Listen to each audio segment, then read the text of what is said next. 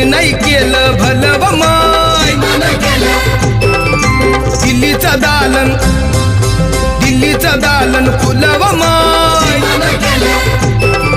कुणी नाही केलं भलं व माय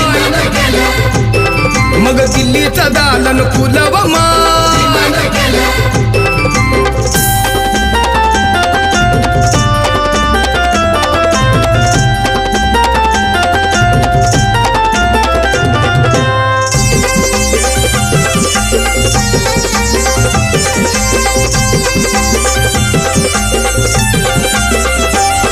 एका वकिलाच्या लेखणीनं